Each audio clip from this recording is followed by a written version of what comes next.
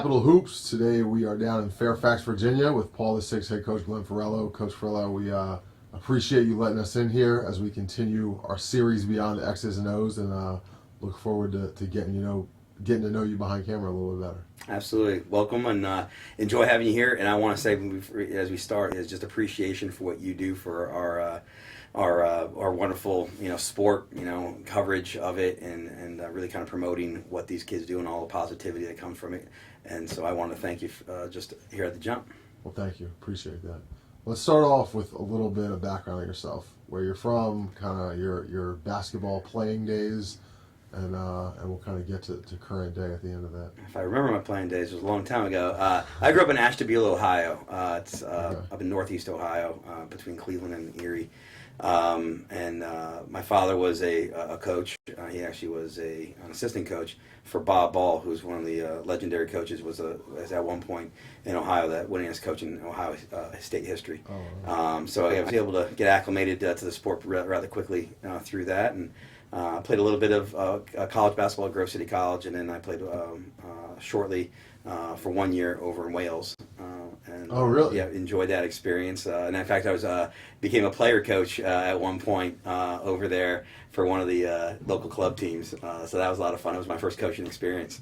And then when I came back home, I got started and working over at Roosevelt as an assistant coach at the age of 22, 23 years old, and was there for 5 years as assistant coach for Mark Hurt, who moved back to Indiana. And I was given the opportunity by Dr. Borman, the principal there at Roosevelt, who I owe so much to, because he gave me my shot to start at the age of 28 years old to be a head coach. And I was head coach there for 9 years before moving over here to PVI. So let's talk about your playing days for a quick minute. You were a guard, I assume? I was a point guard, yeah. Okay. Yeah. And tell me about your high school days. Small town, Ashtabula, small town, about 25,000. I always laugh with my players. I said, I couldn't do a whole lot what you guys can do, so I had to be smarter than everybody, or try to be. So I was, kind of a cerebral point guard, a pass first guy, and I got everyone and try to get everyone involved, and had pretty good court vision back in the day. But as I kind of joke, I was like, believe me, it's funny being here in the DMV and all these coaches that are friends of mine that played at high levels. I was like, nah, I can't, I don't measure up. Fortunately, the coaches don't have to play each other as far as part of the final score. It's just the players. And it really enjoyed those. Really enjoyed those days. I had great teammates, and obviously what we do so much as coaches is talk about the importance of being part of something bigger than yourself. And every coach, I have to remind the players. So now I look like a point forward, but back in the day I was a point guard. I remind the players as much as possible that we all played, and we all remember what it's like to be part of something bigger than yourselves, and you miss that as you get older. So it's fortunate to be coaches, so you can continue to be part of that, and it's that more as much that's that important to make sure you share that message with your players for them to cherish those moments, because we all know as adults that you look back on those team your team activities and the things you get to spot, the bonds you get to make, and you miss that the most. So, as a high school player, did you ever go up against any big time players? Any guys who? No. Fortunately for me, because that made my life a little bit easier. I actually had a really cool experience for me, and it's kind of led from a lot of how I share it with my players. Is I got a chance to go to Metro Index basketball camp. That was held in Pennsylvania back when I was growing up, and this was 1986, 1987. And just to be able to compete, didn't know anybody, and be able to compete against some really high level players, really taught me. First off, it really showed me where I was. A decent Division III player, but it kind of really showed you what's out there, and I think it's just a great experience for kids to go to these big camps. We're associated with Hoop Group for the last 20 years. And I think it's fantastic for the kids to get that experience. So from my own personal experience, I don't have anyone specific that I can say that I got a chance to play against that was that high level. But it was always good to kind of get your eyes opened up, And that's why, again, going back to the whole idea of coaching these kids here in the DMV, the appreciation for what we do have, the opportunities that we have, the exposure that we have. Didn't quite have as much of that exposure back then. So you played collegiately. Where'd you go again? Grove City College. Grove City Grove College. City, PA. It's about an hour north of Pittsburgh. Okay. And then tell me about the experience playing overseas in Wales. That seems like a pretty unique Yeah, experience. it was a really cool experience. I was able to play for a year. I was able to meet the national director of basketball in Wales, he Frank Dawes, and Frank gave me an opportunity to play on two different teams. One I was working on a club team, and then for him in a Welsh and English league. And so it was such a great experience for me. I was the only American on the team, so from a cultural standpoint, it was a lot of fun. Yeah. And I used to get a kick out of all the accents and me getting cursed at with an English accent from my coaches. I needed sometimes I had to decipher everything for me. And then I got, like I said, I was able to be I was a player coach. Yeah. How does it that was a very unfold? so the University of Wales in Cardiff had a club team. Okay. And Frank had that team. He kind of did it in addition to what he did regularly, and he got really busy with things. And he said, "Hey, would you mind? Would you mind coaching?" And so I said, "Sure, I'll take over with the group." So it was fun. All the guys were my age, and we enjoyed it. It was a lot of fun to have that experience, and then it kind of kick-started. Frank would take me all over the country. We would go and do a bunch of clinics, for the kids, and they treated me very well. I used to laugh. I said, "You have no idea. I'm a dime a dozen, 6-foot point guard back home." But it was fun. We had a lot of fun. But that's what kind of made me think when I did get back that I really did want to make sure I got involved in coaching somehow. So you're from Ohio. Mm-hmm. You go to college in Pennsylvania. Then you go to Wales. How the heck do you end up in the DMV? Yeah, so my brother Paul lives in Chantilly now, and he's been here the whole time. He worked out here, so I decided to come to spend the summer with him, and ended up getting a job, and I worked for the Department of Commerce for a while, and that's where he is, and I got an internship there, and that's kind of how it all started. And then as far as Roosevelt. I answered an ad in the paper, the Washington Post. I was really, yeah. That's how you got in. That's how I got in. I was Wow. looking to do some volunteer work, and I kind of tell the story. It's kind of funny. Like so, we did some volunteer work. Planted some trees and did some things, trying to get involved in doing different things. And most adults watching this or listening to this will laugh. And when we start working and get in the working world, right? You're like, okay, what am I going to do? I work 9 to 5, but then what else am I going to do? And I was looking for things to do, and I didn't know really anyone down this way. Yeah. So I started doing some volunteer work and working through, the different things. And then one day I saw an ad in the paper that Eleanor Roosevelt was looking for volunteer assistant coaches. And so I'm like, all right, that might be something. And was Eleanor Roosevelt at this point like as good as they are, as good as they've been for the past decade? No. I thought Mark had just gotten a job. They'd gone through a little bit of a dry spell up until then. So we didn't have the history, the tradition. So when Mark got there in '93, for those 5 years, I thought he really put the program in the right direction. And then when I was able to take over. We were up to another level. Just happened to be walking in my gym or walking in my school was Delonte West, Eddie Baz, and Delonte Holland, and so we got those guys academically prepared and ready to go, and so that was my first squad involved those three. How long did you coach at Roosevelt? I was there from 97 to 07 as the head coach, and then 5 years, so 14 years completely. Yeah, 14 years. So walk me through kind of the different phases at Roosevelt. You said the first team that you inherited was with Delonte. Yeah. So before that, Alpha Bangura was probably our biggest name that came out from us, and Alpha's been playing pro ball all this time. He played at Monmouth for a year and played at St. John's, and then moved on and to be a pro. But Alpha's probably the biggest name, and actually I kind of blame Alpha all the time because I get into this mode of coaching, and I enjoy being an assistant coach and working with these guys and being in the gym with them. Alpha was the one kid that we'd stay late. I'd drive him home. I'd be getting home at midnight and turn around and get up at 6 o'clock to get to my job. But he would every weekend he'd want to get these workouts in And it was fun. It was fun to see that kind of level of enthusiasm that Alpha had. So I always blame Alpha. I said, man, you made me fall in love with coaching and helping guys get better and being part of that journey. So then when I got the opportunity, Mark decided to move back to Indiana. The job opened up, and the kids supported me, and the parents supported me. And Gordon Sampson, who was the principal at Largo for a long time, is when I knew him. His son played for me at Roosevelt and when I was assistant coach, and he really helped. Talk to Dr. Borman for me. They were friends and they worked together, and give me the opportunity. He actually kind of signed off on, hey, give him the opportunity to coach, and he knew me, and that's how we kind of got started. And Gordon is the son. Gordon was a student over at University of Maryland, and him and I. And people always laugh at us here at PVI, right? As far as how many coaches we have. We have a lot of guys involved, and I always laugh. I go, man, back in the day it was just me and Gordon, and we started that program together, and we walked in the gym the very first day and just told the kids, hey, our goal is to get back in the day, get to Cole Fieldhouse. Yeah. Let's go to Cole. And some of my players told me, like, man, we thought you were crazy, talking like that. And sure enough, we got there year 3 and then won it in year 4.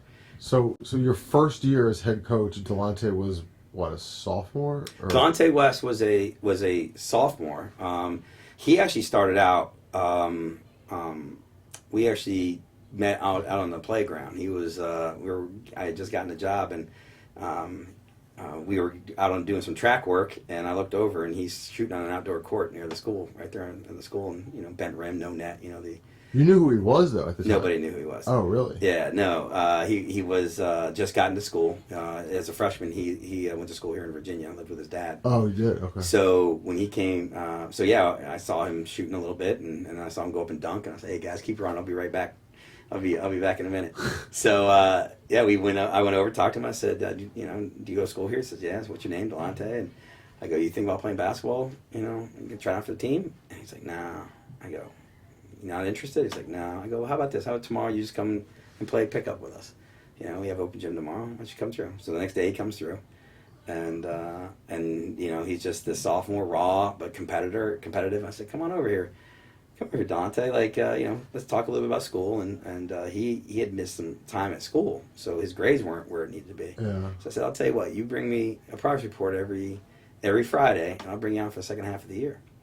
And so there,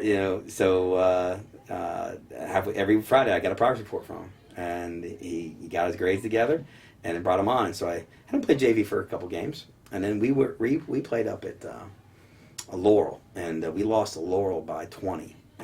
I was really upset with the kids after the game, just their effort, and it was his very first varsity game when I moved him up, right? And so he played well, and he played about 15 minutes, probably had 6 points, 4 rebounds. I just remember those stats because I've been telling the story for so many years. And after the game, I'm going on to kids about their effort and being upset, and he raises his hand and says, "Coach, can I say something?" And I'm thinking to myself, what? This is his first game. First game. He wants something, and he's interrupting one of my tirades. And so I was like, "Sure, what you got?" He's like, "Coach, I just want to apologize to you and all my teammates. I don't feel as if I played up to my capabilities tonight. I promise it'll never happen again." And that is verbatim, because I'll never forget, because I remember standing there going, wow, I got something here with this kid. And sure enough, that was his indoctrination into Roosevelt lore, and he was a joy to coach for those couple of years, and obviously we took it, So how did you guys fare that first year? First year we made it to the regional finals, lost in the regional finals. Okay. Yeah, and it was a very good first year. And you were 4A. You were 4A. 4A. Yeah. Yep. And then the following year, I think the following year we made it to the regional finals too. So it was Oxon Hill and Roosevelt would go back and forth. Billy Lanier, who was my very first year at Roosevelt, he was the JV coach. So I knew Billy very well. In fact, if I hadn't gotten the job at Roosevelt, I would have gone down to Oxon Hill to be his assistant.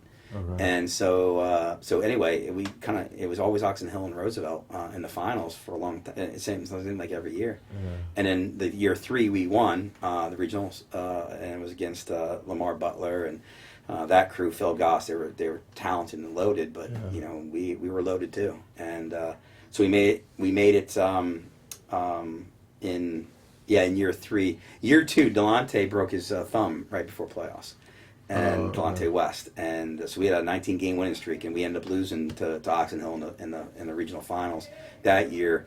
They had Mike Sweeney, who was phenomenal, and they got us. And then the following year, we got them. A little payback for our guys, and they've been knocking on the door. And then we lost in the championship game to Magruder. Yep, and Isaiah Swan, who had a great game, and they thoroughly outplayed us. And for all of you kids about hitting free throws, big deal. We shot 14 for 28 from the free throw line, and I'll never forget that.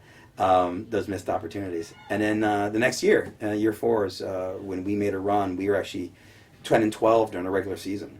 10-12. Yeah, we had some injuries. Obviously, we had a lot of guys graduate, and I mean, it was just one of the things where anything that could go wrong went wrong. And then at the end of the year, we got a couple of my injured guys back, and we went on a run. Ray Brewer, who I know you know Ray. Yeah. Ray was my freshman point guard, and Wow. and we made a run and ended up winning a state championship that year. And kids played fantastic defense. So Who were like the leaders on that team? Jared Gaither. So Yeah. Jared's a fun story to talk about because Wait, Jared. didn't Jared go somewhere else Jared went to, no, he played for me. for 4 years? No, he was at Newport as a freshman. Newport. Yeah. I Yeah. remember him playing somewhere else. Okay. Yeah. And then he went to Maryland to play football. So he was originally committed to play basketball at South Carolina. And we'd always try to get him to play football at Roosevelt. I was like, man, you got to play football. Like, and I used to always, just, come on, man, like, your size, you should be playing football. So finally, his senior year, he plays football. And then halfway through his senior year, or his season in football, I said, Coach, University of Maryland wants me, they offered me a scholarship in football. What do you think, as far as, basketball, football? And I said, Jared, man, I've been waiting for this day forever with you. I said, you'll never probably play in the NBA because you just can't shoot the ball, right? Yeah. I said, but you could play in the NFL, like 6'9", 350 pounds. I said, and you're so athletic. I said, and in football, the play lasts for 6 seconds, and you get to rest for 30. I go, and that's how you play basketball. So I think this would be great for you. And so obviously it was a great decision for him. But he was a phenomenal basketball player. When we beat Rudy Gay and Spalding and Coach Glick was able to arrange that Rudy have 8 fouls that game. We were playing up in Baltimore, and it was really funny. He kept fouling everyone. He kept going to the scores table and giving like a different number, and I'm like, what's going on here? I know it's a showcase game for Rudy, but it was a great victory for us, and we had some good battles. In fact, I know you interviewed Coach Glick. He gave me one of the best pieces of advice. He helped me win that state championship game. Who did you guys beat in that state championship game? It was Thomas Johnson from Frederick. Yeah, from Frederick. Yeah, Okay. They had Jermaine Thomas, I believe, is from that played on LaSalle. He's the All-Met Player of the Year, and he had scored 50 in like the regional finals and like 35 in the state semifinals. And so I was contemplating about how I wanted to play him. Like, what are we going to do against this guy? How big was he? What kind of player was he? He was amazing. He was a guard. He was a guard? Yeah. He's Okay. 2 that could just really score it. And I was like, how are we gonna try to how to figure out how to stop him? And so anyway, I talked to Coach Glick. I said, hey, I'm thinking about running some junk defense to stop this guy. What do you think? And I think maybe we'll deal with our our man and what we do. And he'd always done a lot of different things with his group. And being able to kind of mix things up, and he's not afraid to throw some junk at people. And so he convinced me he's like, man, if you're going to do it from the jump, be committed to it, don't stop.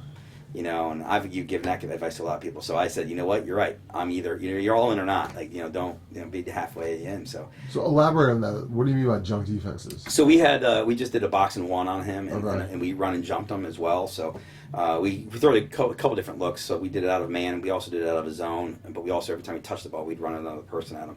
So yeah, the 1-1 idea is not exactly different, but to take a chance on that, and also to run different people at him. And have different players go with him. So we kind of schemed it up a little bit different instead of just a standard 1-1. But we decided that's how we're going to go and try to beat them. And we held them to 9 points, and held them at the 45 as a team.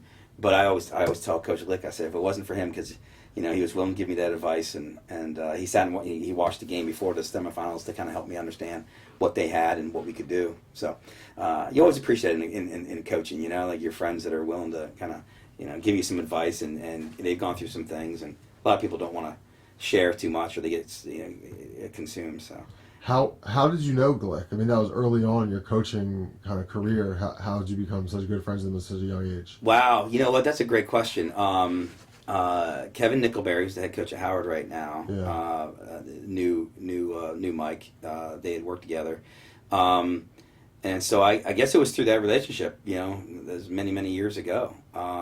I didn't know him that well when he was at Pilati. When I was an assistant, he was at Pilati when I was an assistant coach. And then when he got to Spalding, we'd always play each other every year, a scrimmage. And in fact, that year that we won that state championship, they thumped us a little bit up at their place. Oh yeah. And that was so it's always good when you play your friends, because you can actually talk after the game and say, hey, what did you see? What did you so. Yeah, and then I was able to. One of our former assistant principals at Roosevelt became principal down at Gwynn Park, and so I'm the one that kind of said, "Hey, I got this friend of mine that would really enjoy being here." Steve Matthews was a very good friend of mine. That was the head coach at Gwynn Park before Michael got that job, and so once Steve left, I said, "Man, that'd be a perfect spot for him." Yeah. And obviously, it's just turned out great. Yeah. So you guys are defending Maryland 4A state champions. Yeah. You're coming back for your fifth year? Fifth year, yeah. Take me through that year, kind of being the team with the target on their back as defending state champs. We had Ray Brewer, right, who was one of my Mount Rushmore of my point guards. We've always had a lot of successful point guards come through the program. We've at one point, I think we've had 20 Division I point guards, and sometimes they played together.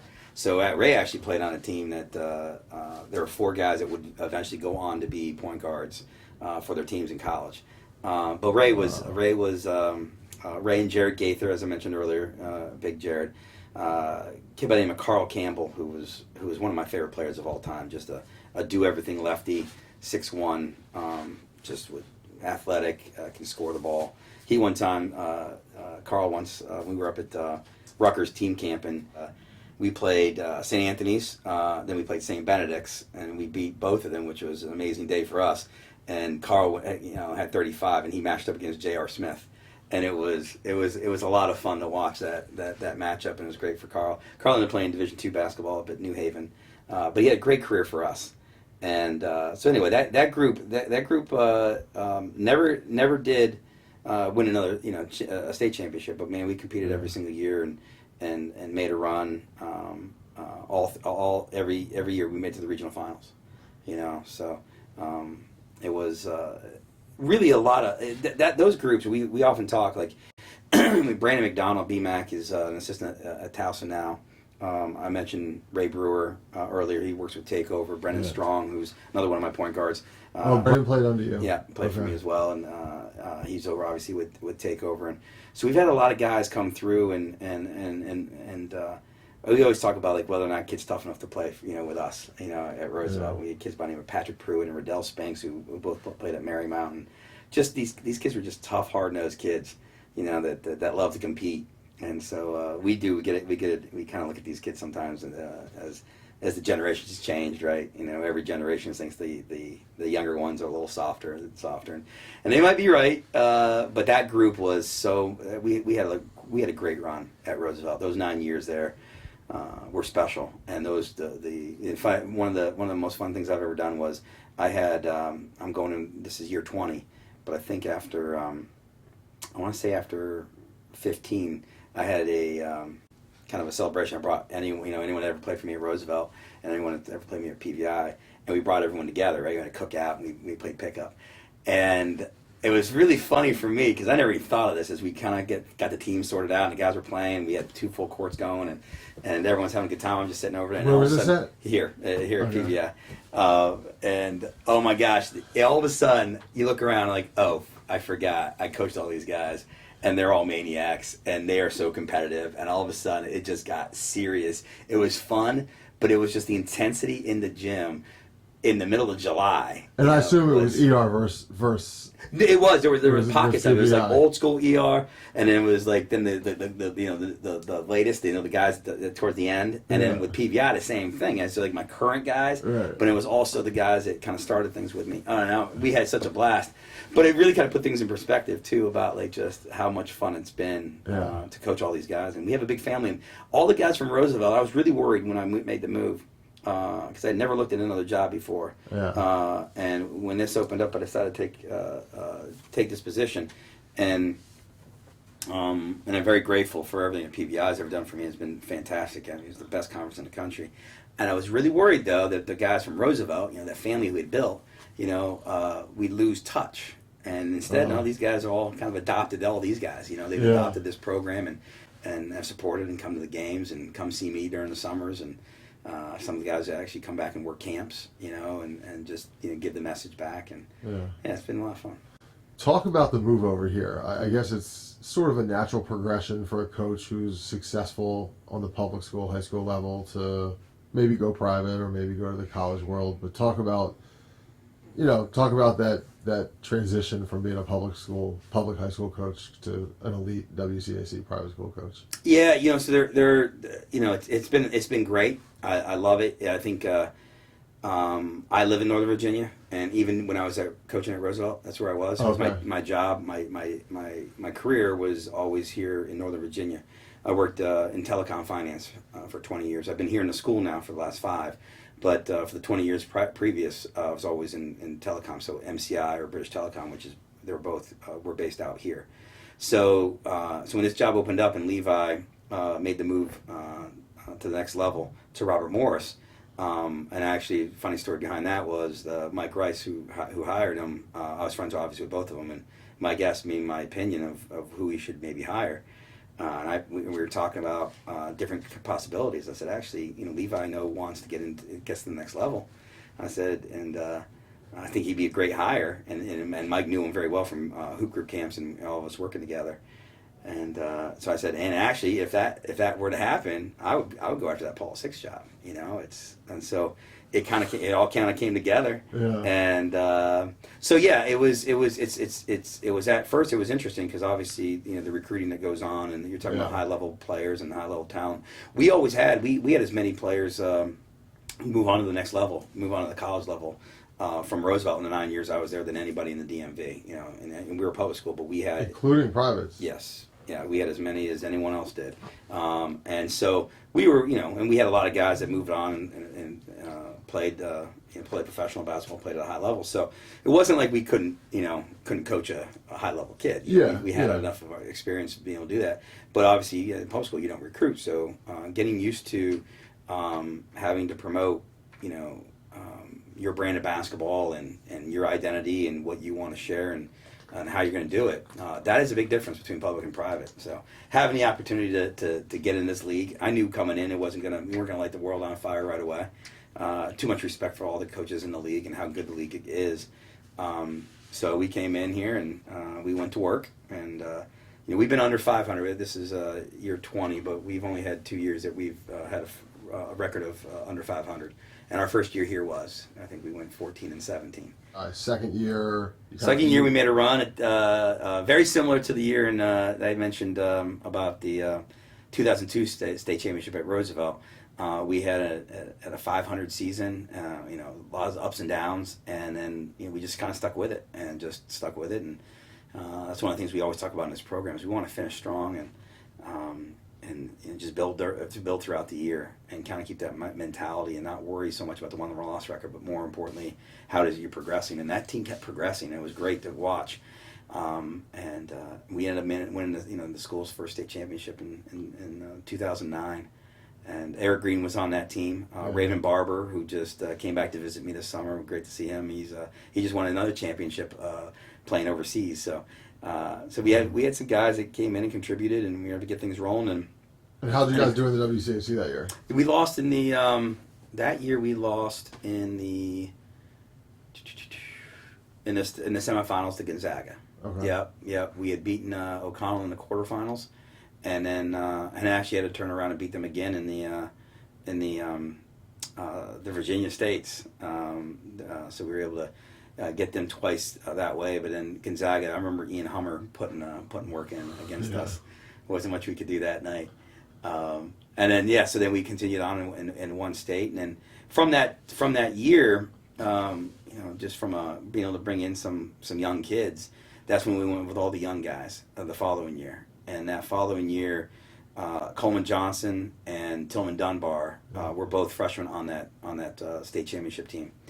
And then we brought in Patrick Holloway came in the same year. Stan Robinson and Jamal Robinson came in, and those are those five were kind of the cornerstone of what we kind of build over the next 3 years. And I remember their freshmen. So we started 3 sophomores and 2 freshmen, and I want to say they started for those next 3 years almost every game together. There's some injuries here and there, but those 5 were really important to our culture changing and us developing into what we did. So they won 17 their first year.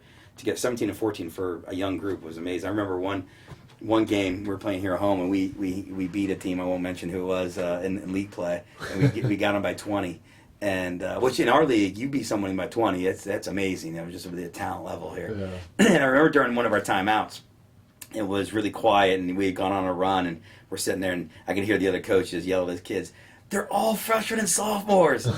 You're letting freshmen and sophomores do this to you." And I'm like, I turned back to my guys, and I didn't say anything in the whole huddle. I just smiled at them. And it was great because those guys kind of built and built. And so we won 17 for their first year, and then they won 21 their second year together as a group. And then most people know the story. We won 35 games, went 35-3, and then we're the first team ever to go 21-0 in league play. And won our first WCAC championship in 2012. And that was just a great group. But it was a lot of fun to watch the program go from one level to another. Right. Very similar to what we did at Roosevelt. We saw the beginning, we saw the foundation, and the young guys and the guys that helped build it take so much pride in then watching what they built. And so it's been nice to see the progression of both programs. Let's talk about that year that you guys went undefeated in league play and finished, what did you say, 35-3? 35-3, yeah. I mean, that was an incredible season, one of the best seasons the team's had in the DMV. Yeah. I mean, it's up there in the past decade for sure. Talk about that season and kind of some of your memories from that year, some of the, I don't know, big games, if there were any buzzer beaters that year. Just kind of walk me through that season. Buzzer beaters. So this team went 10-0 in games decided in the last 30 seconds of a game. Wow. It was, and we had a lot of games that just went down the wire. Early on, we had we got a little bit of national recognition. We won in the Nike Hoops Fest. We beat West Charlotte, Kennedy Meeks. Right. We won by 10 in that game on a Saturday, and then we turned around on a Sunday, and we were playing Episcopal and with Keithan and Moto. Yeah. And so we're playing them, and we're starting to get a little national recognition. Right, we get down 15 to them. Right, first half they just kind of blitz us on us. And then Patrick Holloway, who's one of the best shooters I've ever coached, right? Yeah. And I'll talk about many of the great things he did here in a second. But it was before the game, I made a mistake. I'll never make this mistake again. I mentioned that he was 2 points away. I said, "Patrick, you're 2 points away from your 1,000th point." Oh, right? Gosh. Two points. The kid's never not scored 10 in a game. Yeah. He goes for a bagel. And we're all like, and all my coaches. In the whole game? The whole game. He did not score. He just had one of those games. It just, nothing worked. And we couldn't figure it out. We couldn't get things going. And Jamal Robinson stepped up and had a huge run. And then Stan Robinson actually ended up being the MVP of the game. We came back and won, right? And great second half. And it was really cool after the game because Stan gets the award for being the MVP. And this is just epitomizes, I think, a lot of our teams. The way we always have been at Roosevelt, now at PBI, how unselfish everyone is. Stan during the locker room, he gets presented, and we go to the locker room. He's like, this isn't for me. And he turned it over to his teammate Tim Higgins. He goes, if it wasn't for Tim and his contributions today, we don't win this.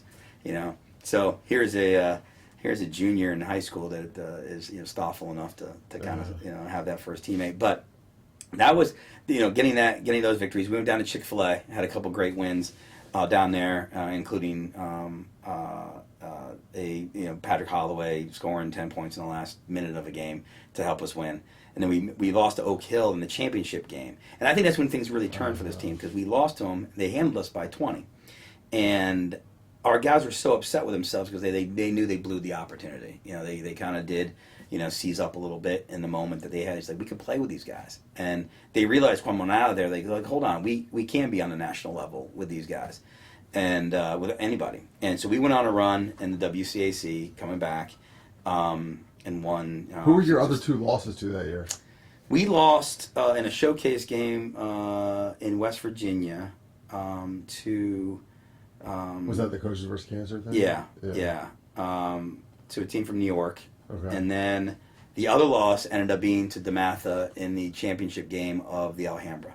After it was all said and done. Okay. And then it was interesting about that too, because Alhambra obviously closes out our seasons. Right. Now, back then, the city title game got moved till after Alhambra. Yeah, so we came back and won the city title game after that. But back to the run during the year, the biggest moment, and it's still a big deal to all of us, is Patrick Holloway hitting the buzzer beater against DeMatha at home, and then the 6-man rush in the court. And everyone lifting him up on their shoulders. Yes, yeah. I remember filming him, them parading him around the gym. Yes, it was actually your film. You still that's where I go to show everybody if everyone wants to look at it, because it's such an incredible moment. And so the year before we played them 3 times and lost to them all 3 times in the last 30 seconds of the game.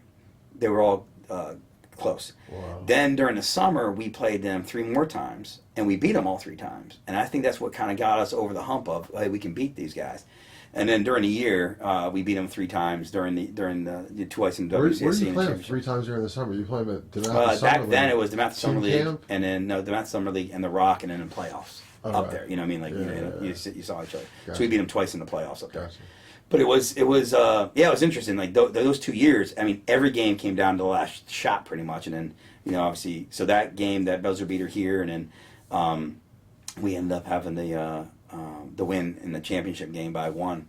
Yeah, which was rewind back to that game. Who were you playing in that game? Yeah, for which one? WCAC championship. The championship. That was DeMatha again. Yeah, Okay. Yep. And Patrick again hit a shot. We were down 1 with about 10 seconds left, and hit the shot to put us up 1, and then. James Robinson, one of the best that's ever come through the DMV. Fortunately, the ball didn't fall at the buzzer, and we were able to celebrate. But yeah, during that year, we had buzzer beater after buzzer beater. We were down 4 at Good Counsel, and Holloway hit 2 threes and to get us to help us win in overtime. And there's a lot of games I can talk about that year. One of the best compliments I've ever had is from Coach DeStefano after that season. He said, Glenn, he's like, I just want to let you know, congratulations, I said. And he goes, it was an impressive job, in fact, because you guys weren't that good. He goes, and I don't mean it in a bad way. And I go, Coach, I completely understand what you mean. That's what he meant was, it wasn't like you were loaded with talent, like across the board, and you had, you can roll the balls out and let the guys run. And I said, no, every game was a struggle. But we found magic, but I really do. The kids just kept working, and they loved each other, and it's one of the most amazing accomplishments I've ever seen in a team come together that way and keep fighting. We could get down 10, and we never stopped fighting. They never stopped believing in each other, and magic happened that year. Compare the feeling of winning that state chip at ER and winning that state chip in the undefeated campaign at PEI. Wow, the one thing about it's hard to compare. I can tell you what the same emotions are. The same emotions are, and they are both right down to the last 10 seconds. Both games were. And just the feeling of just being able to take a big, deep exhale and go, wow, these kids accomplished this. Yeah. And then to see them celebrate, like one of my favorite things to do in the championship games that we've won, I get to see the celebration. I often will just stand back and just get out of the way and just watch. Because I like to take it all in. Because that's what you want to see. You want to see your kids that enthusiastic and that excited about what they just accomplished. It's a memory they're going to remember forever. Right. I always joke because the next morning I still get up at 6 o'clock and I still have a job to get to. But the memories that they can have forever, and it just all those times that you've been so hard on them and demanding of them that I always tell kids when teams celebrate championships and they're crying and they're hugging a trophy and they get emotional, it's not because of just that moment. It's because you're thinking back to all the work that goes into it. Yeah. So I love taking that moment, and I've been able to do it for every single one. I can remember, just to capture that feeling of just pure joy for them to see them in those moments and have that. So in 2002, I was just so happy for that team because they just kind of stuck with it. They just never had a never say die attitude. Same thing in '09. So I think those two experiences were very similar. The 12 was just unbelievable that group could go undefeated, like 21-0 in this league. I mean, just every day, showed up every day, and that was to me one of the most impressive things I've ever been a part of. Would you say it's more gratifying though to win, to be like one of, I don't know, 64A Maryland State teams to win a championship, or being one of like 11 teams, but in perhaps the strongest conference in the country to win a championship? So some of my Roosevelt players will look at this and they'll be upset with this answer. There's not even close. Winning the WCAC is the Super Bowl of all Super Bowls. There's nothing you can get better than that. It's the most talent. Every team that you play has multiple Division I players. It's loaded. Yeah. So nothing compares to the WCAC championship. And with all due respect to anyone else in this country, I think to me it's the most impressive league, and also if you win that championship, it's the most impressive thing that you could possibly do. So much respect for all the teams, not just mine, but the other teams that have been involved that can win it. It's that impressive.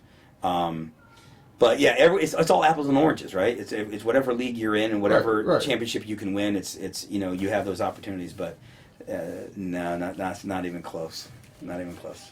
So you guys come back as defending WCAC champions. Walk me through the next couple of years. Yeah, so then we in 2013 we start out, because again we lose the league loses a lot of firepower, right? Yeah. We lose Patrick Coleman and Tillman, and then Stan made a decision to transfer to Findlay Prep. Yeah. So we have this loaded schedule because we have some young guys also that helped us. Marcus Derrickson and Kevin Dorsey as freshmen helped us win that championship, and they were ready to step up in bigger roles, and so they had those opportunities, and we end up playing Oak Hill, second game of the season, and we snapped our 56-game winning streak. That was one of the best games I've ever covered in my life. That was a double overtime. Double overtime.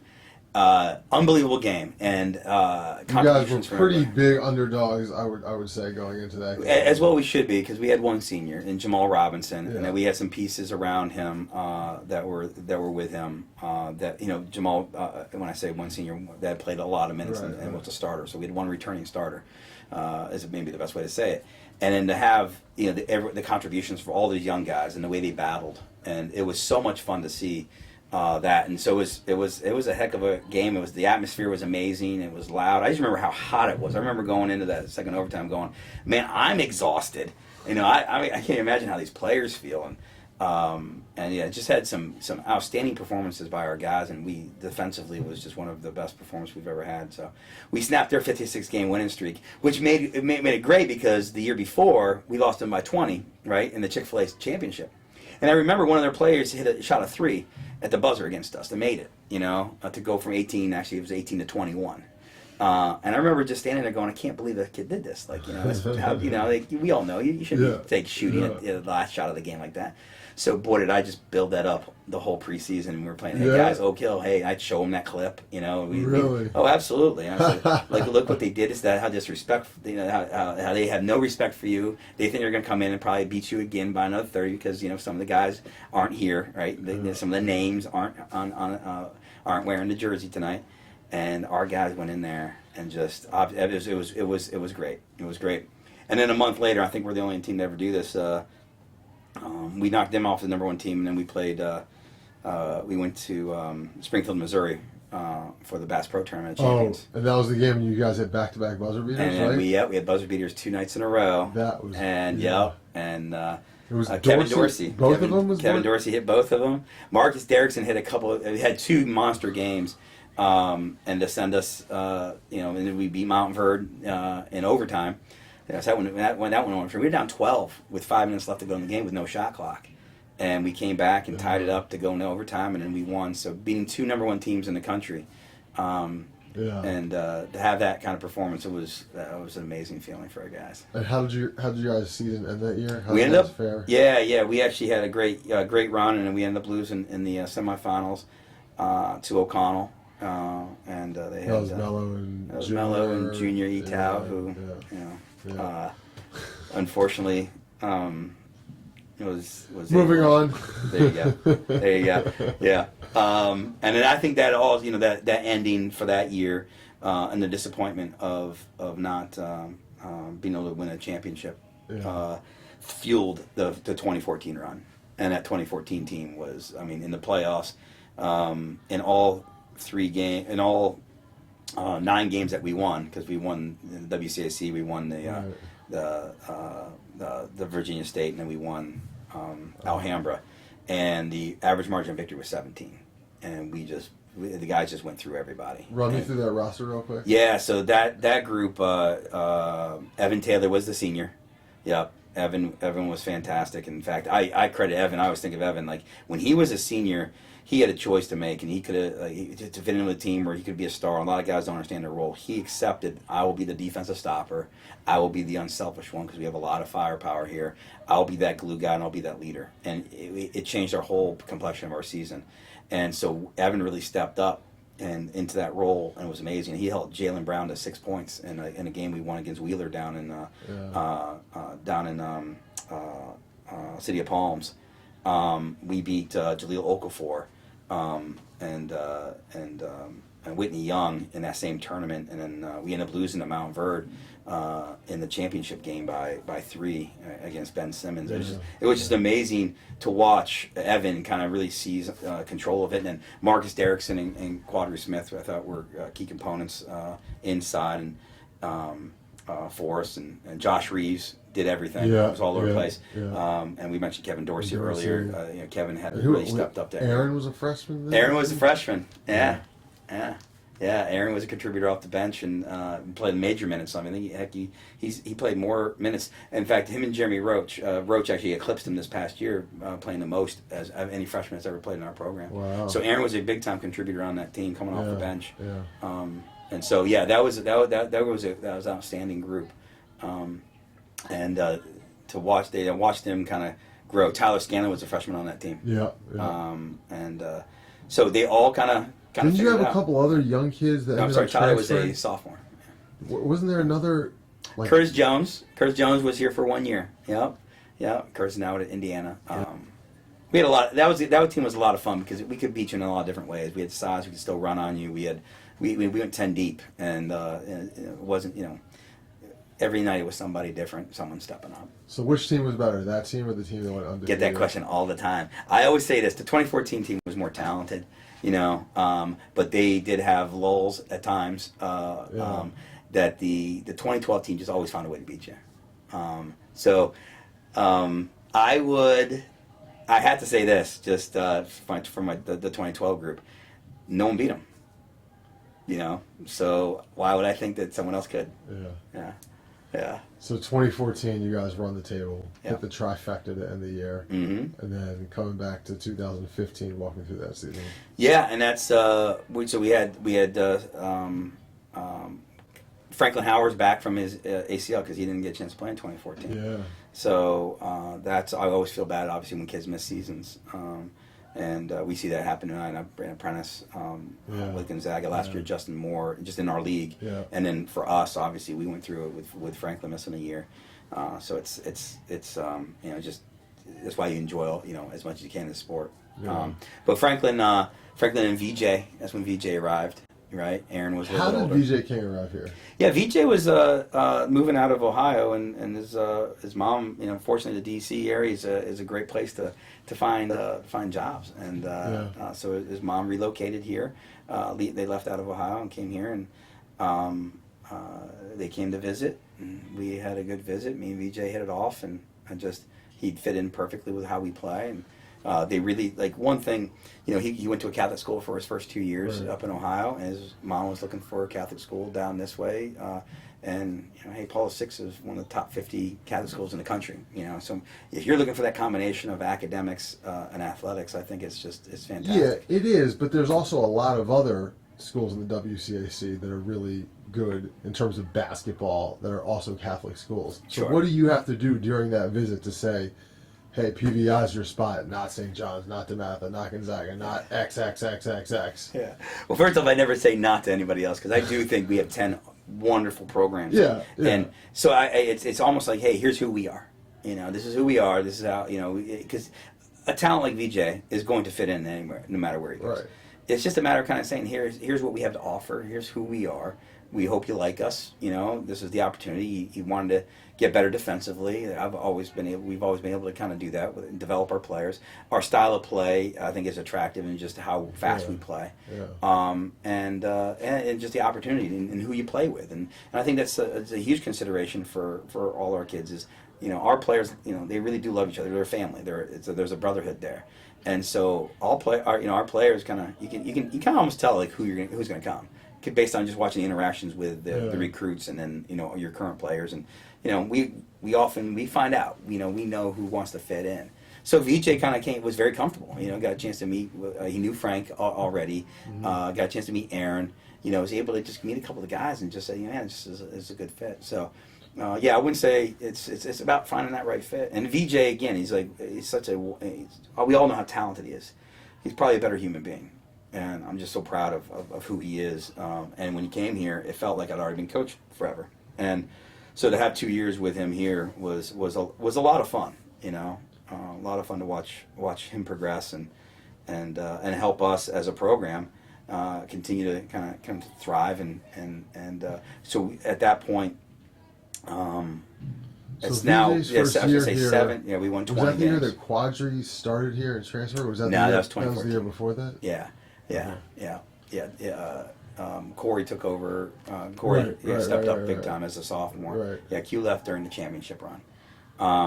So VJ, we're in the midst right now of I think it's 8 straight years of 20 games or more, winning 20 games or more. Wow. And so we didn't get that ring for him. I always hoped to get a ring for him, but he did, obviously represented us very well. And then Frank's obviously got a chance to move on, and we continue to grow, and it was fun to watch Aaron learn as a young player. Yeah. And then Aaron's now the winningest player in the program's history. He just eclipsed Jamal Robinson. This past year got to 100 wins in his 4 years, which is fantastic. Yeah, very impressive. So, very impressive. Obviously leading us to 29 wins last year as a senior was amazing.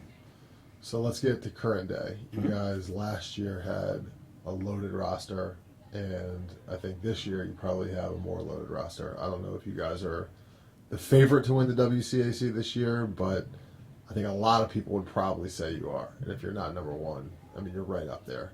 Talk about the expectations coming into this season as practice has already started, I think.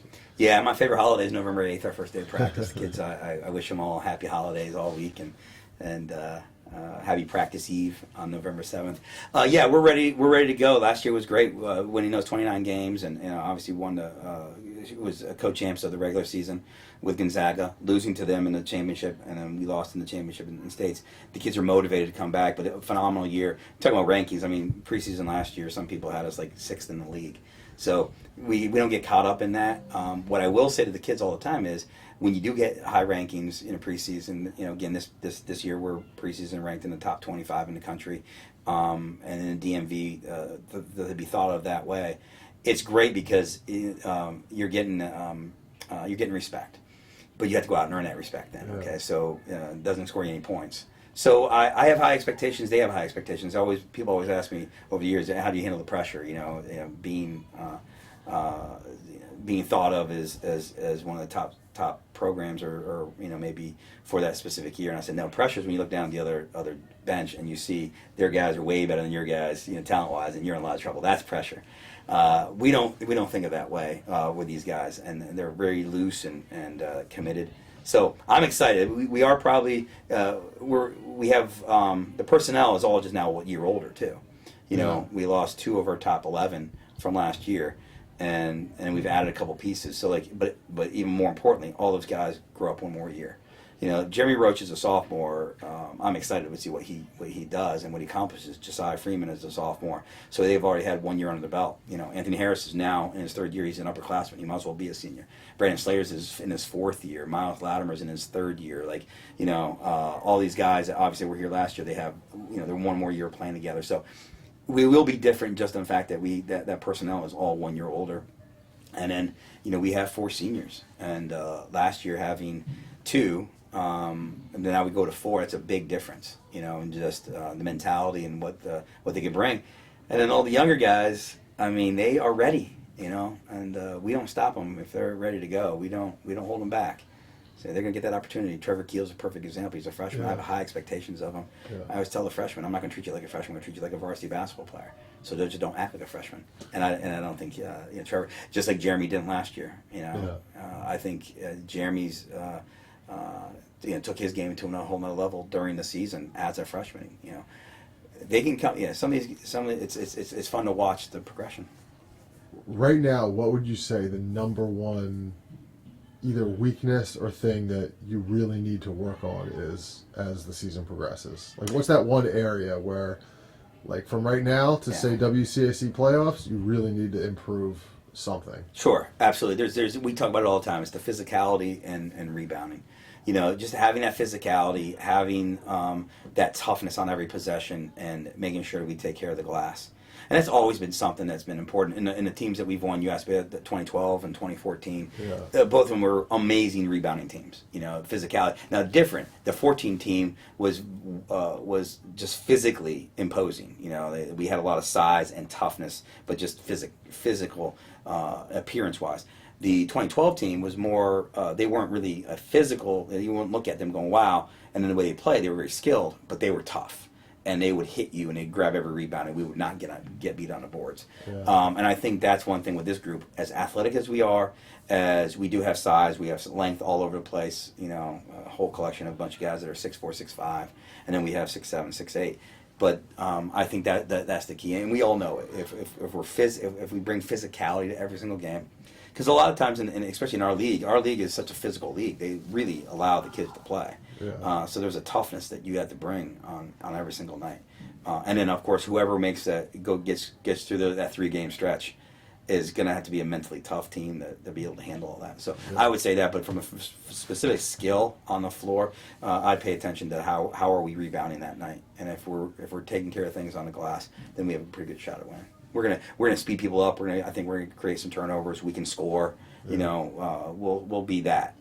But will we always have that other dimension? That's what I guess that's what they pay me for, is to try to find a way to motivate them to get that done. You mentioned Trevor Keels. Talk about recruiting at a major private high school. You guys have landed amazing recruits. It seems like year in, year out, you guys are churning over the best of the best. Talk about that. Yeah, well, again, it goes back to relationships, and you have to build relationships with these kids, families, and it's really important that you show them here where they could fit in. I go back to, honestly, Pau VI, the culture that we have here as a school is amazing. Yeah. And it's such an accepting. I work here in admissions, and I work in student life as well, and I get to work every single day with the 950 students that come to school here and run the student ambassador program. And what is that? What does that mean? So a student ambassador program is our program that has all the kids speak at open houses. They go out into the 8th grade diocesan schools to give presentations. They'll host all the kids that come in as shadows, for them to spend their day. We call it being a Panther for a day. So I run that program. So I get to know all the kids in the school, and it's just amazing to see all the kids, the spirit that they have, the camaraderie, the sense of community. So when you come here and you get a chance to look around, you're like, wow, there's something bigger, than just basketball here that the school offers. I already mentioned we're in the top 50 Catholic schools in the country. So from the academic standpoint, from the social standpoint, from that sense of family, then we have the basketball family within that, and how these guys treat each other, how they conduct themselves. And it really does attract kids that want to play at the next level, that know they're going to play with other great players. If you want to come in here and score 20 a game and be a focal point, you're probably not going to be successful here, because we're going to have players around you at all times. And I think that's what is very attractive to a lot of these guys, if they want to be part of that. So you mentioned the relationship with players in terms of helping you be the great recruiter that you are, but what about the relationship with like AAU coaches? I know that's another very integral part of kind of this whole chain. Yeah, absolutely. It's a huge piece. Keith Stevens, Team Takeover, all the guys that worked. Some of my coaches work with both. Right now, Morello Vest, I can name all of my coaches: Curtis Simons, Xavier Joyner, Tracy Williams, Calvin Baker, Anthony Moses. I feel as if our coaching staff does an amazing job of building these relationships. And then from an AAU standpoint, yeah, the culture of our sport is fantastic. There's a marriage between high school and AAU if you do it right. And they pick up where we leave off here in the spring and in the summer. And so that's what these kids get. They get a full year of competitive basketball, of being pushed, being coached, and being part. Again, I go back to the whole same saying all the time, but being part of something bigger than yourself. And so. We obviously have a lot of players that play at a high level at the AU side, and most of them do play with Team Takeover over the years. I've known Keith forever. In fact, Ray Brewer and Jared Gaither, back from those days at Roosevelt, Keith was their AAU coach, and that's how long we've known each other. So I think it's really important to have those partnerships and those relationships. So there's trust factors that are built in, that you're always putting the kid first, but the kid knows where he stands. The player understands where he is, and for the parents, for their comfort levels. Because a lot of times it's very daunting for these parents to try to figure out, how do I choose? They have a lot of great choices. What's best for my son, and then who they're going to listen to, who they're going to trust, with the whole process, not just choosing a school, but once you get there, the process to, hopefully at the end of the day, be able to become a student athlete at the next level. And so that is really important. So no, you hit on something that's I think I've always embraced, and I feel that way since I've been here. A lot of people have embraced me. Again, I came from Ohio. I wasn't, born and raised here. The fabric of DC basketball, and a lot of the guys that coach with me now, coach in the past, again, I'll use Morello Vest as a perfect example. I mean, he's born and raised here. He's basketball through and through. Xavier Joyner, it's like those guys, like they lived it. They grew up in it, and now they coach in it, and so I appreciate being allowed to be part of the DC basketball scene, the DMV. It's the best in the country. There's no question. The amount of talent, but also just those that understand the sport. Again, coverage. You guys do such a professional job. The coaching that goes on, not just at our level, at the younger levels, the development at the AAU levels that are in the in the high school ranks. Like, it's really fun to be part of that fraternity, if you will. And that's why I would say we need to kind of stick together, because we got to make sure our sport is always moving in the right direction. So those relationships are a necessity for everyone to be successful and put these kids in the right kind of spot and understand what everyone's looking for. Because at the end of the day, again, you have all these wonderful, I think, WCAC schools across the board that you can choose from. It's about finding that right fit, and fortunately for us, it's been the right fit for a lot of guys that have come through. Talk to me about assistant coaches. Mm-hmm. You guys have a lot of assistant coaches. Yeah. I think, it seems like every time you guys come out, you have as many coaches as you have players, and your coaches are like big time coaches who really know basketball that you just touched on a minute ago. Yeah. But when you get the job as a coach, how do you assemble a staff? How do you delegate responsibility? Talk to me about kind of putting together a staff and then trying to retain it, because most coaches want to go on to do bigger and better things is, usually the end goal for most of them. Yeah. So one of the first things I always want to do with anyone that ever works with me is find out what their aspirations are. I always kind of joke with my coaches and the players as we go through the process with the parents. Is like, no one's goal or dream should ever be to work with or play for Glenn Farello, because if that's the case, then you haven't set the right kind of level. But if you want, I'd love to be able to help you get to where you want to. Yeah. And we've had nine coaches now go on to the next level. We've had a couple become head coaches themselves at the high school level. It's fun to be able to say, hey, here's what we can help with. Yeah. So come over here, join us. It's you assemble a group. When I was at Roosevelt, Mark Hurt kind of taught me I could only be at half the practices for a couple of years. During that 5-year stretch, I could only be there for half the time because of my job.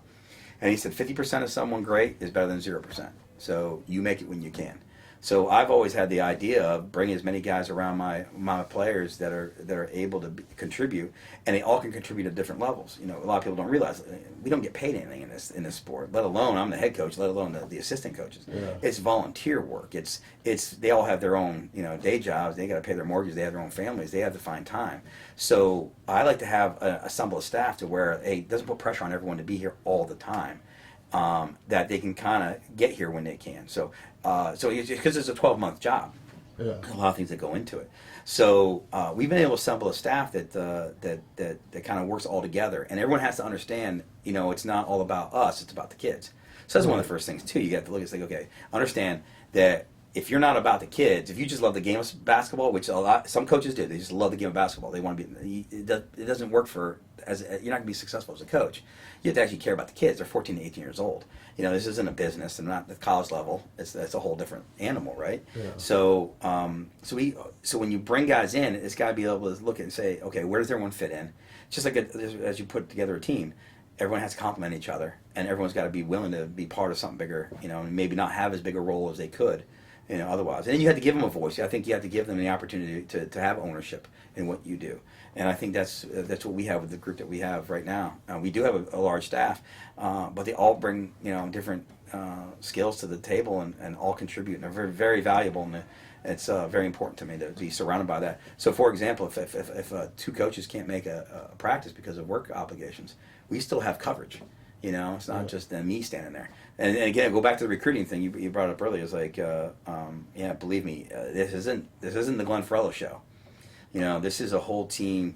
I'm happy to talk to parents, and I understand I might be the voice at the end of the day, but it's the reason we have the success and the reason we have the players that come in this program is because of the collective of all the coaches that contribute. And so I couldn't do it without them, and I wouldn't want to do it without them.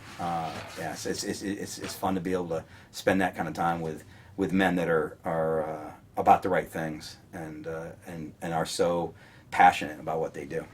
So it's game day, and you guys have all your coaches on the bench. Yeah. Does every coach have like a different responsibility? Sure. Tell me about that. Yeah, I mean, everyone has a different role in the program itself, but also and you on game day. clearly go Everyone over has- what their role is with them, I assume, right? Yeah, and we discuss it as a group. What are we doing? How are we going to do it? Who's involved in what? There's some certain coaches that will handle the scouting responsibilities. Others will handle the film breakdown. Okay, in game, someone will chart different stats. For example, you have the position breakdown. So a couple of the coaches are specifically dedicated to take care of the post guys. Then there's the wings, and there's the guards. So there's not a lot of voices in all the kids' heads. On game day, we all understand that the voices then start to kind of dwindle, right? So that's why I go back to like, why do you want to coach? If you want to coach and be the guy on the sideline that is doing all the in-game coaching, then this probably isn't the place for you. There's only a couple guys that can contribute into that role during a game. You can't have 8 guys having 8 different voices during a game, so that doesn't work. So that's why you see during our games, you're not going to see a bunch of talking from everybody, but everyone has a specific role. But there's so much more than just the 32 minutes of a game that go into the program. Of course. And I think that's so as people see, like, oh wow, you have 8 guys that are involved. Yeah, we have 8 guys, but not all 8 are coaching actively in an in-game situation. Right. And into doing that, and it's not. It wouldn't be fair to the kids. And obviously, it wouldn't make sense. But we work all together. We've been working. Most of the staff's been together for a long time. And so when we do add a piece, it's you understand what you're bringing, what you're coming into. Yeah. You mentioned the 6th man.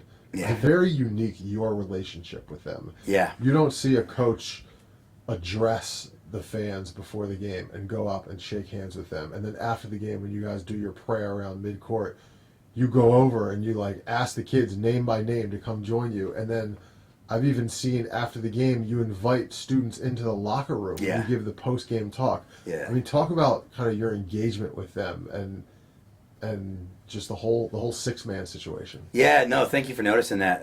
Our motto with our team is share the game, right? And we talk about sharing the ball right on the court, and we're a very unselfish team. But we talk about, we want to be bigger than that. We want to share the game with everybody, and share our experience. And so not only with each other as a group, with our parents, with our supporters, and with the sixth man, with our community. When I first got here, I really just dreamed of being in a situation to where we made basketball so much fun that the community and the school, would want to come and support and have fun with it. And that's what it kind of created. That's what has happened. Our players embrace the sixth man. They love that they come to games. They appreciate them so much. I go over and I bow to them before games because I think they're just amazing. I'll go over and just bow to them, going, "You guys are amazing." Like I bow to you for you guys supporting us the way you do. I'll go and shake the hands because I appreciate them. It's a lot of fun. Like the enthusiasm that they bring to all our games is just, they're creative with it, and it's truly one of the most special things about Pau VI. But I mentioned that earlier in my admissions job. I get to see that school spirit, that camaraderie every day, and I tell everyone, they go pay attention to how these kids act at a basketball game. It's not just about the basketball; it's about the school spirit, and it's amazing. So I do get excited about that when we bring them in to join us in prayer. It's a lot of fun for them to be included, to come in the locker room. So we truly have. It's unique, obviously, Pau VI, but as a six man, being our cheering section and helping us support us, we truly feel like we have a 6-man advantage. Yeah. And it's one of my favorite things about this job. And to see everyone happy, especially when we get big wins here, and just to see it develop. So it all started our first year. I remember we didn't play O'Connell, which is the big rivalry game, right? Both the schools turn out for those games. And at O'Connell game, it would end up being senior night for us, and we beat them at the buzzer.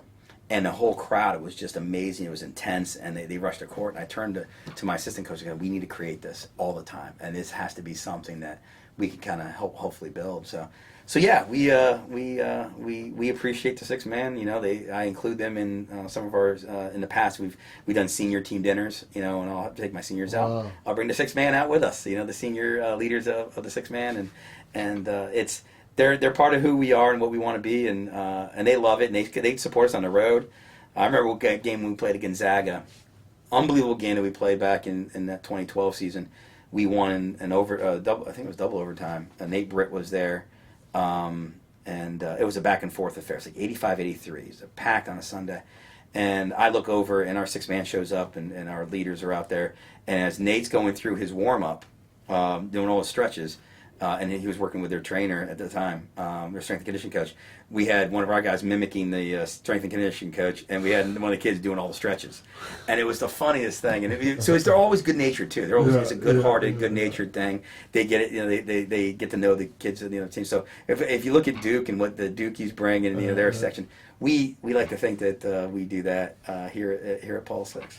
Coach, as I've been doing this series, a lot of coaches have mentioned you. I know you have a lot of friends in the kind of coaching fraternity, both in league and out of league. Talk to me about kind of your relationship first with other WCAC coaches, and then other, just the whole coaching fraternity within the DMV. Yeah, I think I mentioned earlier about how important relationships are, and the coaches, like, we got to support each other because of what we do and how we do things, and being part of this league is so special to me. I think everyone gets along really great. I know I knew I had previous relationships with Mike Jones and Steve Turner before I got into the league, and I thought they were great in helping me understand how it all works, right?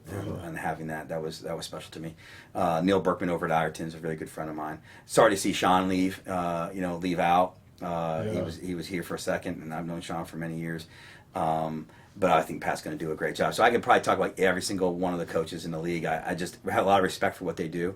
I remember Marty Keefline. How much interaction do you have with these guys? Like, do you, outside of playing against them and maybe some kind of formal WCAC get-togethers, like, how often do you interact with these guys? Yeah, I think we talk a lot because we have obviously a lot of different things in common and to discuss. Right. I'll go back to like Mike and Steve. We're all part of the Nike family, so we have conversations. Or like last year, I had an amazing experience with Mike working as an assistant coach with the Jordan All-American game. That type of stuff is so fun. So yeah, and you get together to do some roundtable talks, with coaches. I do that with Coach Neil and Coach Neil Berkman over at Ireton a couple times a year with some of our friends who are in college and high school. Coach Pete Strickland, who went to DeMatha, who's to me a legend. Everyone has respect for Coach Strickland, and so he's a big part of what we do as far as that network goes.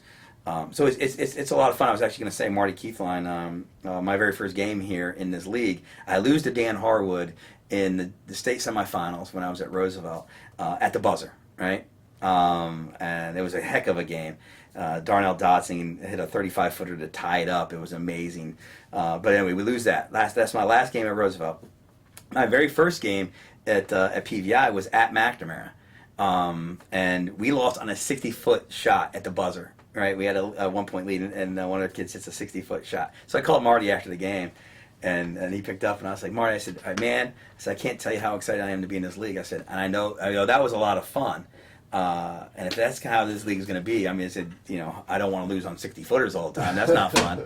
But I just remember making that phone call to him to say, man, I love being in this league. So, so some of these guys, we've been here the whole time, and this is my 11th year, so. Yeah, it's great. And then Mike Lick, as I mentioned earlier, getting to have that relationship with him. Dan Harwood at Magruder has been influential on me.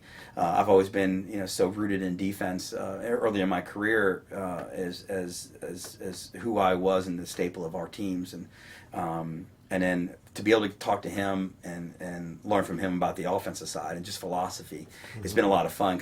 And so I've tried to merge kind of those both philosophies into what we do as in our high octane offense now. But getting to know him after we lost him in the championship game in 2002. Just I think he's got a brilliant way of looking at the game, and so it's really a lot of fun to kind of interact with all the coaches, not just in our league but just in the DMV in general. If I asked you for an all Glenn Farello team, and you could give me 3 of them, let's say, or you could break it down and give me an ER one and a PVI one. This is yeah, man, you're gonna put me on the spot with this one. Okay, let's go with PVI since it's more recent. That is a tough one. Aaron Thompson's got to be in there because he's an all-time winners player. The kid is just tough. Coleman Johnson, yep, that kid cared more about winning than anything else. Yeah, he might be my 4 or 5. I don't know. If you maybe go by position, you're really killing me. Eric Green's got to be on that list. Yeah. This is tough. This is tough. VJ's got to be in there somewhere. I'm going to not mention any of my current players right now because I'm not going to get them, all feeling that they're too good, feeling too good about themselves. So I'll keep them out. Who else? Need a 2-guard. Yeah, that Holloway kid was a pretty good shooter. Yeah. I'd say that Holloway kid did a lot of work in this program. So that is wow. Okay, forgive me for my rest of you guys. Forgive me for putting me on the spot on this one. Yep. Okay, Roosevelt. Did I give you 5? I gave you 5, right? Yeah. Okay. Roosevelt. Dante West, Eddie Basden, those are the 2 that go right in. Ray Brewer, Ray was one of the most amazing leaders I've ever seen, and I think he's a heck of a coach now. Those are 3. Victor Akinyanju. Victor was a senior on the state championship team. Ended up playing at Quinnipiac. Okay. Loved Victor, and so I'd say he's probably one of the smartest 5 men I've ever had. And I'm going to go with Carl Campbell. Yeah, okay. Yeah. Carl's the one I told stories about a little bit earlier. So, that's a lot of talent right there. I'm sure I'm forgetting somebody. Honorable mentions, Patrick Pruitt and Riddell Spinks and B-Matt and all those guys. I loved all those guys. Those guys are amazing competitors. I didn't mention Darnell Dodson. That's that he probably should be in there. He scored 30 a game. I remember one game we lost 94-92, and my assistant and I'm upset with the kids after the game, and And I kind of go in on Darnell a little bit, and my assistant coach walks up and Mr. Me and goes, Coach, you do know he went for 50 tonight, right? And I'm thinking to myself, man, I am crazy. I'm yelling at a kid that just went for 50. But if he would have just played defense twice more. He really went for 50? He did, yeah. He went for 50 in that game. Is that the only time you've ever had a kid go for 50? Yeah. Darnell was special. Darnell hit some big shots in our program. Helped us win a couple of regional final games that he pulled games out. Yeah, Darnell was special. Yeah. So he's got to be in there too. I'm sorry, he's got to be one of the 5. I'm not sure who I'm taking out, but he's got to be part of them. Gotcha. Yeah.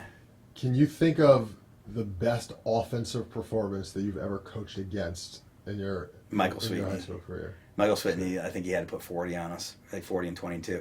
We had a rule. I don't know if they have the same thing. They had this, like if once in the fourth quarter, if the team gets up with a 30 on you, like they run the clock in PG County. That back in the day they did that. Yeah, I don't think they have it anymore. Yeah, I think it's great that they don't. I think it's awful because then the young guys, the bench guys, don't get a chance to play. Right. In fact, when we used to do that, I used to tell the other, and we used to stop. But anyway, at home. I walked to the score table. I said, "You stop time. Like we're taking our beating." And Michael Sweeney just put it absolutely on us. It was that impressive. As far as like the last couple years, Ben Simmons dominated us a couple years ago. Yeah. He just really was amazing. And Mello ever go off against you guys? Mello went off on everybody all the time. Yeah. I actually told Mello we beat O'Connell in the in Alhambra. And I just told him, I was like, man, I'm just so happy not to have to ever play you again. Like, I love that kid. That kid really represents the DMV very well. Yeah. But yeah, Mello went off on everybody. He always, what I loved about watching him play, not just against us, in the fourth quarter when it's time to hit a big bucket, he hit the big bucket. Like he just was amazing. Yeah. Just very similar for us for like how Holloway was. He just hit dagger shots. Give me some of your top basketball memories, either as a coach or just kind of as like a DMV basketball fan.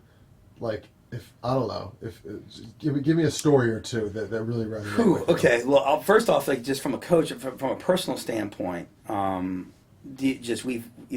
talked about the Oak Hill victory and the Mount Verde victories in the same year, and then we've also as a program we've also beat St. Anthony's. And Coach Hurley, and then we beat Mater Dei. So to me, like, I think we're the only program that's ever done that, ever beaten those 4 teams. And then we came out. I saw Max Prep rankings years ago that we were ranked number 19 in the country over a 5-year span, and we looked at it, and I think we had beaten 1, 2, 4, 5, and 6. In that time frame. Yeah. So I was very prideful of that because we're a program, we'll play anybody, anytime, anywhere.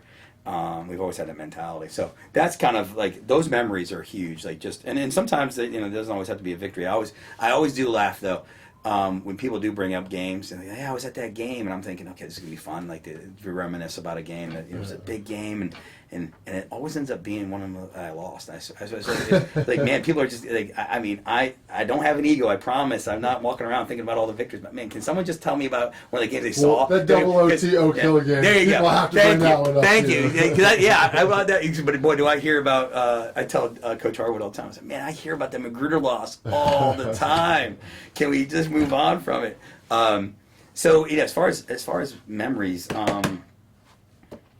I think we've we've talked a little bit about that. The DeMatha buzzer beater here was amazing. Yeah. That Gonzaga game at their place and that same year, double overtime, 85-83 was amazing. They had Chris Jenkins and Nate Britt, and we had Coleman went off for a career high 38, I think. And so those games are special. I think the championship games, the Virginia State championship games that we've won, is always impressive to me because it's pretty much 6 games in 8 days for us.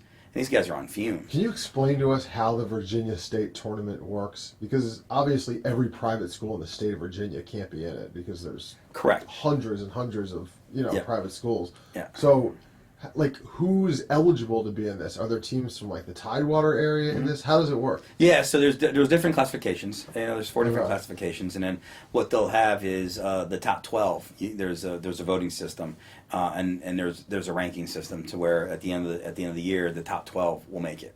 So for each of the four for each of the four classifications? classifications. Yeah. Okay. So we'll go into it, and then you'll have 4 rounds, right? And So if 12 make it, does that mean there's 4 buys? yeah, in the first one? correct. Okay. Yep, Okay. absolutely. Yep. And then and that's it's really a tough field, and it's a great collection of different schools and different backgrounds. Some are boarding schools, right? I remember we lost to Blue Ridge in the semifinals a couple years ago, and they're allowed to have reclass kids. Some of the schools are allowed to have fifth years. So they let 5th-year kids play in this? Yeah, that's so interesting. because that's that school is allowed to. So part of this, so you have, and then you have some that are boarding schools, like I said. Some are academies. Some are the traditional 4-year schools. So it's kind of an interesting collection of different teams. So people come from different backgrounds into it. So it's a lot of fun. I mean, it's very, very competitive. And how many times have you guys won it since you've been? We've won it in 9, 12, and 14. Okay. So 3 years, and then we've made it to the championship game 3 more times. So we'd like to keep knocking on the door. That's one of really important things to the senior group right now. They've been knocking on the door. Yeah. They want to kind of try to finish one off. Speaking of memories, like speaking of that, just 2 years ago. We came back down 14 against O'Connell in the second half of a game, and in the state semifinals down in Richmond, and that was one of the most impressive things I've ever seen, because it was just one of those games where things weren't going, and all of a sudden VJ King took over, and it was a really impressive run. And then last year we won in the semifinals to make it to the finals. We were down 6 with 30 seconds left, and came back and tied it up at the buzzer. Wow. And so those games are the ones when you kind of pull out and the kids just they dig deep. Those are always fun. We beat Gonzaga up at Alhambra in the semifinals back in 2012, and we were down 9 in the fourth quarter, about 4 minutes left to go in the game, and Jamal Robinson smacks me in the leg as he was sitting on the bench. He smacks me in the leg as I'm standing up, and I'm like, kind of like, what's going on? Who's hitting me? And Jamal just looked at me and said, Coach, you know we're going to come back and win this game, right? Like, it was like no question in his mind. And then we come back, and Tillman Dunbar got a 3-point play at the buzzer by himself, standing there because the clock had gone as the ball went in, and it's tie ball game. He has to hit the free throw, so it's all by himself, and he knocks down the free throw. So those moments are just amazing to kind of watch the spirit of the kids and how they find a way to win.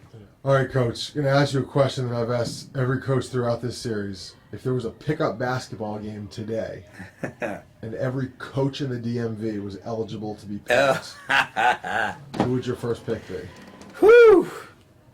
Oh man, it has to be today. Oh. Today. Okay. You know what? I'm an old school guy, because most of these guys I probably didn't see play a whole lot.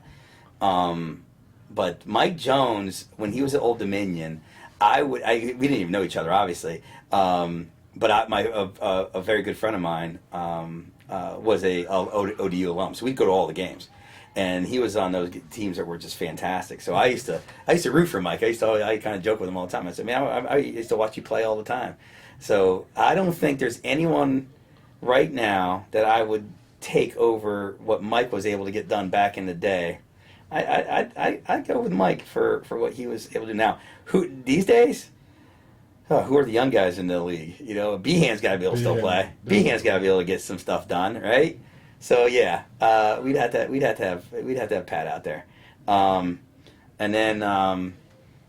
then you gotta just make sure that Harwood's spotting up from somewhere, because if he's spotting up from somewhere, it's going up and it's probably going in. Funny story: we actually played each other. I was playing a Silver Spring, Montgomery County rec league during the summer when I first moved here when I was 23 years old, and we got our butts kicked by. Do you know Joe House by chance? I don't know if you ever heard Joe House. Joe House is a good friend of Bill Simmons. He has his podcast. Anyway, a lot of people know who Joe is. So Joe House and I were on a team, and we got absolutely run off the court by a bunch of older dudes. And years later, I find out it was Harwood. It was Harwood and his crew. They were just draining shots all over on us. When I interviewed Harwood last week, this guy must have talked about rec league basketball for 10 minutes. Dude did not miss. I tell you, he did not miss. So I wanted him spotting up somewhere. Yeah, absolutely. Oh, that's a great question. That is a great question. Let me think of who else. All right, who are the other Who are the other ones that are mentioned? I can actually break down their games. Eric Singletary gets mentioned a lot. Yeah, Singletary. Yeah, I can see that. Yeah. Rob Garner from Wise gets Yeah, mentioned a lot. yeah. No, I would like. I wouldn't mind having them. Those two, Mike Jones and Behan, are the four usual suspects. There you go. All right. Yeah, that makes sense. Oh, that's good. That's fantastic. Well, Coach Farello, this about wraps our time up here, but it's been awesome coming in here and getting to know you a little bit better.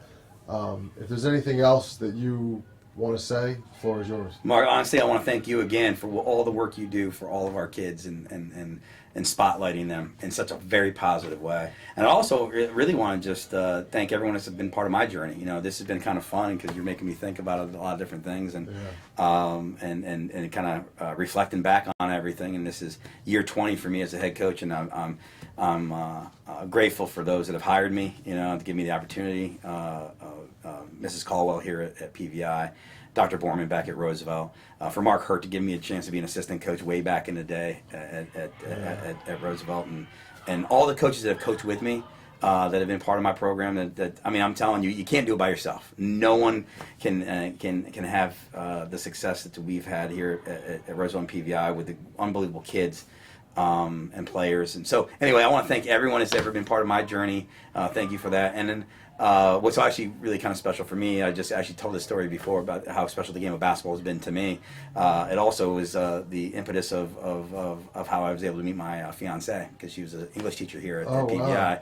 And we met through her having a couple of my basketball players in class. So basketball has been very, very good to me, and I appreciate everyone that's been part of my journey.